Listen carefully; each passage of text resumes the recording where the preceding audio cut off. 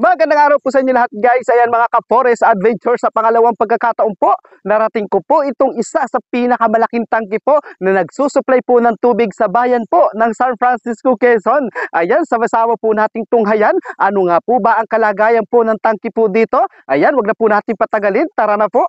At andito pa nga tayo sa pinakambungan po na ito. Ito po ang ating pong masisilayan. Ito pong private property, no trespassing. Ayan, patay tayo dyan. Ayan, naglakas loob lang po tayo guys na pumunta po dito. At ito po pala guys ay napakalaki po ng pinakantangke po dito.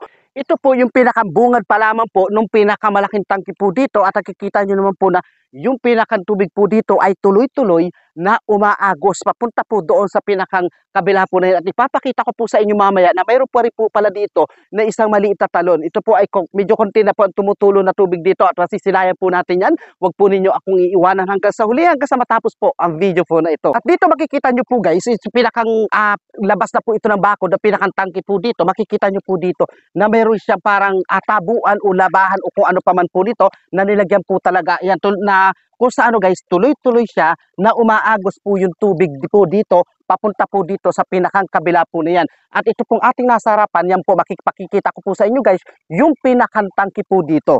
At ito na nga po guys, yung pinakang malaking tangke po dito na minsang pinagdamot po sa mga kababayan po natin sa bayan po ng San Francisco, Quezon, na sana naman po ay wag na pong maulit na ipagdamot po ang tubig kasi po ang tubig para po yan sa lahat. At ito nga po guys, para siyang isang simento magmula po dito. Siguro itong pinakang ilalim po niyan, pinakang butas po niya hanggang doon, hanggang dito po sa pinakang kabila nito at hanggang doon sa pinakadulo po na yon. Kaya kung sa ano guys, parang nakakaanong umapak po dito kasi baka bigla po tayong lumubog. Ayan, kaya hanggang dito lang po tayo sa pinaka-pinag-aapakan po natin at makikita naman po natin yung pinakang lapad po nito. Yung pinakang lapad po nitong pinakang tangke po na ito dito po sa part po ng malalim po na sapa. At sa ngayon po guys, dumako naman po tayo doon sa pinakang talon po dito, sa pinakang ibabab lang po yan.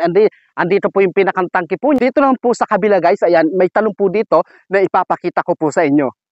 Ayun na nga po guys, tulad po ng nasa background po ninyo, ito yung pinakantalon po dito at siguro napakaganda po dito pagkapanahon po ng tag-ulan sapagkat malilinis po siya. Sa ngayon po, hindi pa po siya masyadong, parang hindi siya pwedeng pagliguan kasi masyado siyang, parang napabayaan na po siya. At makikita nyo po dito yung pinakantubig po niya, para po siyang may mga lumot at yung pinaggagalingan po ng tubig po niya, yung pinakantaas po na yun ay hindi pa siya masyadong nalilinis. Nang po guys, ang tag-ulan ito hanggang dito po yung pinakabagsak po niyang tubig at meron pa rin po dito sa pinakang tagiliran po na yan.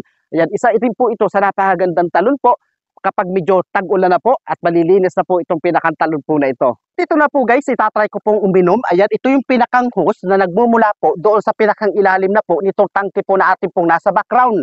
Ayan, lalasaan ko ito kung gaano ba kalamig at kalinamnam po ang tubig po na fresh galing po sa pinakang forest. Ayan.